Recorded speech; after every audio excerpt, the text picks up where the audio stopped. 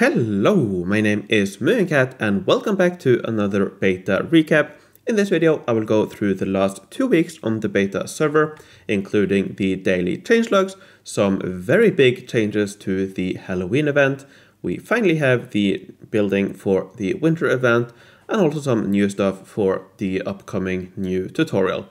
So that's what I'll go through in this video, but let's start by quickly looking at the daily changelogs. First of all, for the changelog from 2 weeks ago, so not this last week, but the one before that, on Tuesday that week, in the find friends and find guild windows, the button to scroll the list to the right were missing. They are now added back. That's something that I noticed when I started my new city a couple of weeks ago. In the window, when I wanted to find new friends, there was only one page, only 5 options. That has now been fixed, so you now have a few different pages, I think 3 or 4 different pages. So then on Wednesday, they made the first changes to the Halloween event, which I'll go over in a moment. During the tutorial, you were able to open the world map on the campaign map. This is no longer possible. I assume what they mean there is that you were able to open this here, the world map. That shouldn't be available until you get through the first part, so all the colonial age, to access this boat. Only then you should be able to access the world map, to go through all the different ages. That was apparently available somehow at the beginning of the tutorial, so that has now been fixed. Expired limited buildings were polished for 1 day instead of the usual 12 hours. So most or all culture and happiness buildings, what they're called, culture and I forget what they're called, but yeah, all of those are polished for 12 hours. The limited buildings were polished for 1 day instead.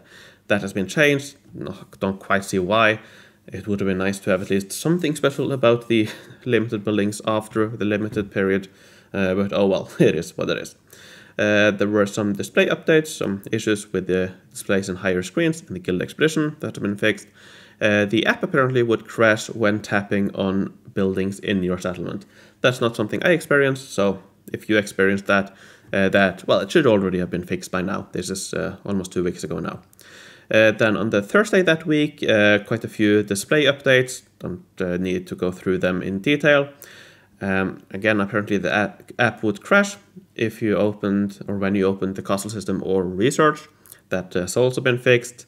I did not experience that myself, but it is what it is. And some display issues updated on the Friday. All right, moving on to the changelog from this week. So this last week, the icon for the 5 blueprints rewards from Sir Huxalot did not load in the quest window. That had been fixed. So one of the toy quest lines in the Halloween event, that has been fixed. You are now able to click on the calendar collection reward to open a new window with additional information about every item. So I can't actually show that, but I think I can explain it this way. So normally when you get an item, for example, in the milestone rewards here, you can click on it and that will give you information about what that item gives. But you couldn't do that for the calendar reward. When you hovered over the calendar reward, you did see which items you could get, but you couldn't click on either of those separate items to actually see the information about it. That is now available, so when you click on the calendar reward in the Halloween event, you will now open a window kind of similar to this, where you can click on each item, and clicking on that item will give you some more information about it. So not a big deal, but a nice update, so you can get some more information about the calendar reward, and if you want to go for it. Then we have quite a big one, not for me personally, because I don't do a lot of GVG, but in GVG, as I understand it, there has been a long-standing issue of where if you and one of your guildmates do an action at roughly the same time, you would get error messages. So for example, placing a siege after another guildmate member had already placed the siege, you would get the 2 error messages. So you'd have to reload, I think. That's now been fixed, which is quite a big deal, I think, for those who actively play GVG. Personally, not a big deal for me, but very nice to have that fixed. Then on Tuesday, they made some performance improvements to the Collect All button on the mobile app. Again, I don't really use the app for that, so I don't know, but apparently that has been improved. On browser, using Adol could complete campaign-related quests. This will no longer happen. That's also quite a big deal. For quite some time now, randomly, using Adol could complete story quests, and apparently only campaign-related story quests. Yeah, it could complete story quests, and this, for example, is quite a big deal if you're going for higher age units. There are some tech blockers there, for example, persuasion in the Oceanic Future story quests. This could, don't know the exact mechanics, but this could sometimes result in completing that, which would mean that you could continue on quests from where you're not supposed to be able to continue. And for high rate units in particular, that's a big deal. For example, if you're able to get through persuasion, I believe you're able to get 4 more turrets, for 8 in total, and fighting with 8 turrets versus 4 turrets, railguns, and some rogues or hover tanks, that's quite a big deal. So yeah, nice that this is changed or fixed now, finally. So yeah, that has been fixed. On Thursday, nothing. On Friday, finishing a settlement and starting the same one again displayed the last quest from the previous settlement again. I did not experience this, but apparently that was an issue, so that has been fixed. And then they made some adjustments to the login screen on beta on the app. I don't know exactly what, but apparently they did make some changes. Alright, so that's it for the daily changelogs. Now let's move on to the changes, the very big changes for the Halloween event. Alright, so first of all, on October the 4th, so almost 2 weeks ago now, they made some very big changes. First of all pumpkins now have a 5% higher chance for the daily special. So one of the downsides with the Halloween and also the archaeology event is that you can't choose which pumpkins you get. So most events you can choose between 1 and 3, and you can pick the option that gives you the best chance of giving the daily special. You can't in the Halloween event and the archaeology event, which in turn resulted in quite a low chance of getting daily specials, so you couldn't get a lot. But with this, all of them have now been increased by 5%, which is a really big deal. That means that for the worst pumpkins, it has more or less doubled the chance. For the second worst and the best pumpkins, not quite doubled, but still a big boost there. On average now, the average chance have gone from around 7.5% to 12.5% per pumpkin, which, yeah, it's a really big deal. And I think with this, and I'll go over it in more detail in my guide in a couple of weeks, but I think with this, you could actually get something like 15 to 20 daily specials from this event, which is quite a lot. Alright, in addition to that, the tarot card caravans now provide 5 additional goods of the previous age at its highest level. I believe it went from 25 to 30, so that's nice. However, the chance for stickers on the board has been decreased again slightly. So initially the chance was very low. It was changed or updated to be the same as last year, which was actually quite generous, but now it has been adjusted down again. I don't think down to the initial chance, but it has been adjusted down, and as I will go over in my guide, I don't think it's worth going for the calendar, especially with the daily change updates. So yeah, there's that. Then this week, on Friday, after the event had ended, they made some very big changes. First of all, for the Daunting Tower, which if you didn't know, or if you haven't seen some of my previous videos, the Daunting Tower is a limited building. It is 1 by 1. It only lasts for 1 day, but it does give a lot of attack. That boost has now been increased again. Initially it was 20, it was increased to 35% attack boost. It has now been increased again to 50% attack boost, which is quite a lot for a 1 by 1 building, but again, it only lasts for 1 day. The biggest change though, in my opinion, is this second point here. There will be no fragments of this building anymore. You will only receive the full building in the event pass and daily special. Previously, in the daily specials, you would get fragments of this. I believe the latest numbers were 20 fragments. You needed 100 to get a fully leveled one. So you needed 5 daily specials to get 1 Daunting Tower. That has now finally been removed. That's something that I think a lot of people suggested, simply remove the fragments. So now each daily special you get, if this is the option, will give you a full Daunting tower. And combined with the previous change about daily special chance, if, say, for example, you get 15 of these, that is an immediate 750% attack boost for 1 day, which is quite a big boost. And I think this makes it a really interesting option. Not something that I think most people will go for, but it does have some interesting uses. So I can think of two main uses for this. For example, if you are close to be able to get through max attrition and fight beyond max attrition in Guild Battlegrounds, getting an immediate, say, 750 or even 1000 attack boost for a day might allow you to go through max attrition much easier. And that way you could use these, for example, to get through max attrition on 2 days of Guild Battlegrounds before and after reset, and yeah, get a lot of rewards that way. So fight really a lot of fights on those 2 days. That's one use of this that I can see. Another use would be to get through the continent map. And here, I think the main usage I can see is if you are fighting higher age maps and you want to get through a lot of them quickly, you could use a lot of these, get an insane attack boost increase for a day, and then rush through as many continent maps as you want. Say, for example, you are in the future era or in Space Age Mars, for example, and want to go through all the other space ages, all the other maps, you could enable this boost and fight your way through.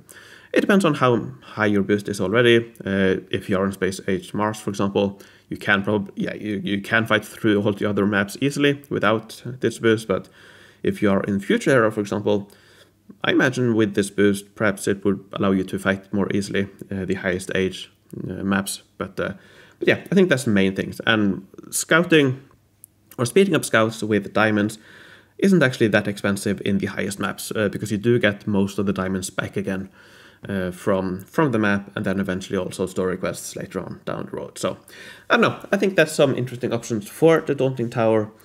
Personally, I'm probably not going to go for it, but it's an option. They also made some adjustments to the daily specials, improving the general value of them.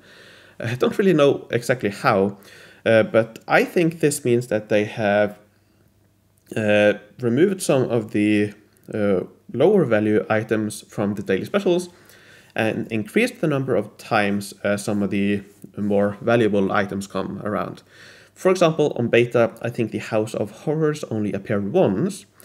The Abandoned Asylum, I don't think it appeared at all. It was supposed to appear on day 1, but I think a bug made it so that it didn't appear at all. So the Abandoned Asylum will probably appear more often, I think. So I imagine most of the valuable rewards will appear at least twice, probably on live. Don't quote me on it, but that's what I can see that's what I take from this. And there's another change as well a little bit later on that I think might also be a part of this. They also made some changes to the event pass rewards. I don't know exactly what, and we will have to wait until live, I suppose, before we can actually know what the changes are. But yeah, nice to see some changes there as well, I suppose. Hopefully it's for the better. But yeah, we don't really know what. Alright, with that, let's move on to the spoiler section. Let's start with the winter event. Here, the main thing is that we finally have some images of the building. So the chocolatry, I still don't know how to pronounce it. It is 4x6, so quite a big building. It has 11 levels, and at max level there are 2 variations. First we have this, which I believe says Todd's Choc, if I'm not mistaken. That's one of the options at max level. The other option is this Kitibo Candy. So yeah, that's the 2 options. Personally, I'm not the biggest fan of this kind of industrial look, but yeah, I don't have anything against them either. They look quite alright. As for what they give, we don't know. I wouldn't be surprised if one of them gives attack, the other one gives defense. I feel like recently they've kind of given up on being more diverse with what buildings give. I feel like most recent buildings either have given attack or defense or both. The fall event, I suppose, is a one exception, but other than that, I think most recent buildings have given attack or defense. Anyways, I wouldn't be surprised if they give attack and or defense. So that's the building. We'll have to wait a couple of more weeks before we know what they actually give. Then we also have some other updates. First of all, here they have added a Tactician Tower selection kit. Previously, you could only get the level 1 building and the upgrade this separately. There's now a selection kit. I wonder if other towers will also follow this. Sentinel Outpost, for example. I'm not sure if that already has a selection kit, or I don't think it has a selection kit, but perhaps all the towers will get selection kits. And I think this might be one part of the update to the daily challenges. Instead of giving the Tactician Tower level 1 and upgrade separately on 2 different days, you can now give it as a selection kit on 1 day instead. So I think this might be one of the updates for this here change to the daily specials, that they have either removed or grouped together some of the daily specials to make room for more of the more valuable daily specials on separate days. I think that's what it is. There are some other changes as well, not big or changes, some new information.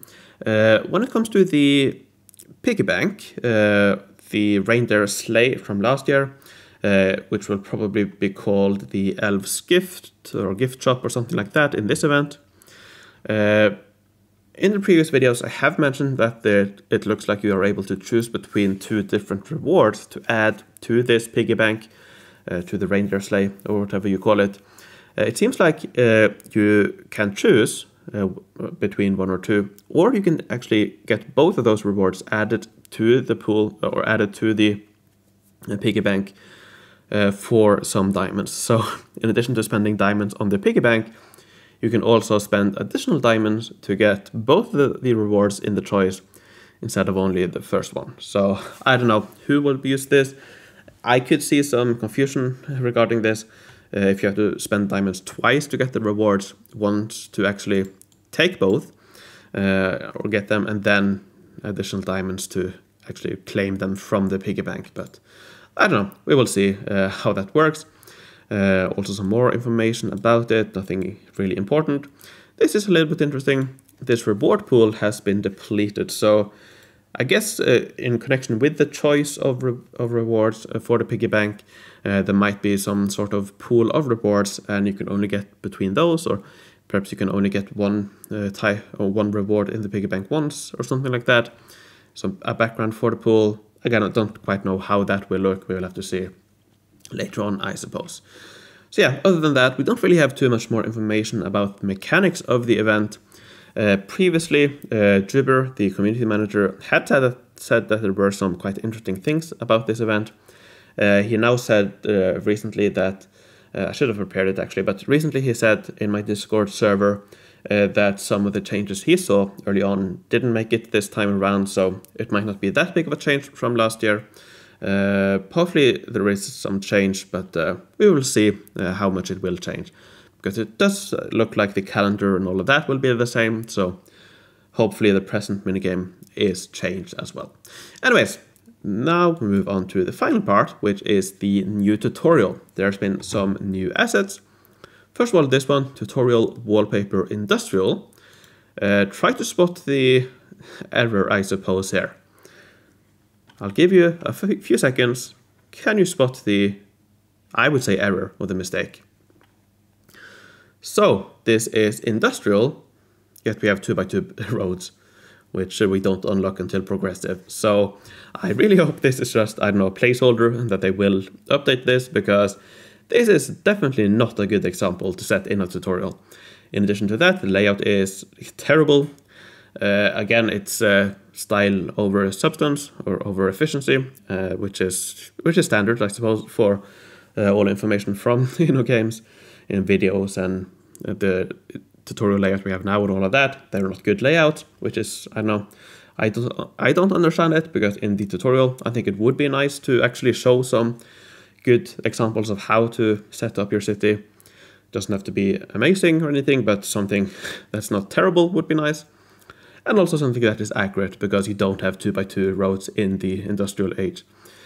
And yeah, also personally, I don't really think it looks cool either.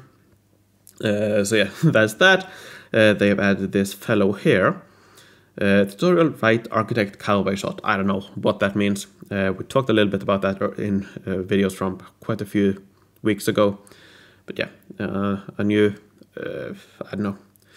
In the tutorial, you get a figure that pops up on the screen, tells you some information. I think this is a new one of those, perhaps related to the industrial age. Anyways, we also have a new tutorial wallpaper for Egypt. And again, this is a terrible example. All the expansions are unlocked, which is not something you do. There are way too many roads, the layout is terrible, you have way too many decorations, all of that. So, I don't know, 2 terrible examples of how to actually set up your city. And this is supposed to be what you learn from the tutorial. I don't know, I think they could do better. I think they don't have to explain how good layouts are, but at least show it. Don't show terrible layouts in the tutorial where you teach people about the game. That's my opinion. So, so yeah, I don't like these, but I suppose we will see what how they look in the end. As for when this new tutorial will come, we have no idea. I think it will probably be sometime still, a couple of weeks or months still before we actually get this new tutorial. But yeah, it is what it is, I suppose. Alright, I think with that, I don't have too much more to say in this video. I do want to quickly mention that in a couple of days, I will be releasing a time-lapse of my higher 8 units worlds. I've taken screenshots throughout the year for that, and I will compile those into a time-lapse, which I'm really looking forward to. I think that will be really cool. Also have some other interesting stuff I want to include in that time-lapse. So I'm currently working on that. Should be out in not too long. So yeah, stay tuned for that. Alright, other than that, let me thank my Patreons for their support.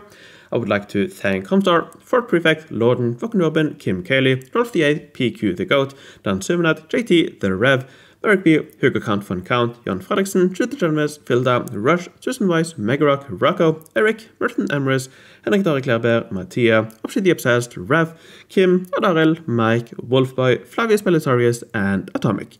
Thanks a lot for your support. Thanks for watching, take care, and I will see you in the future.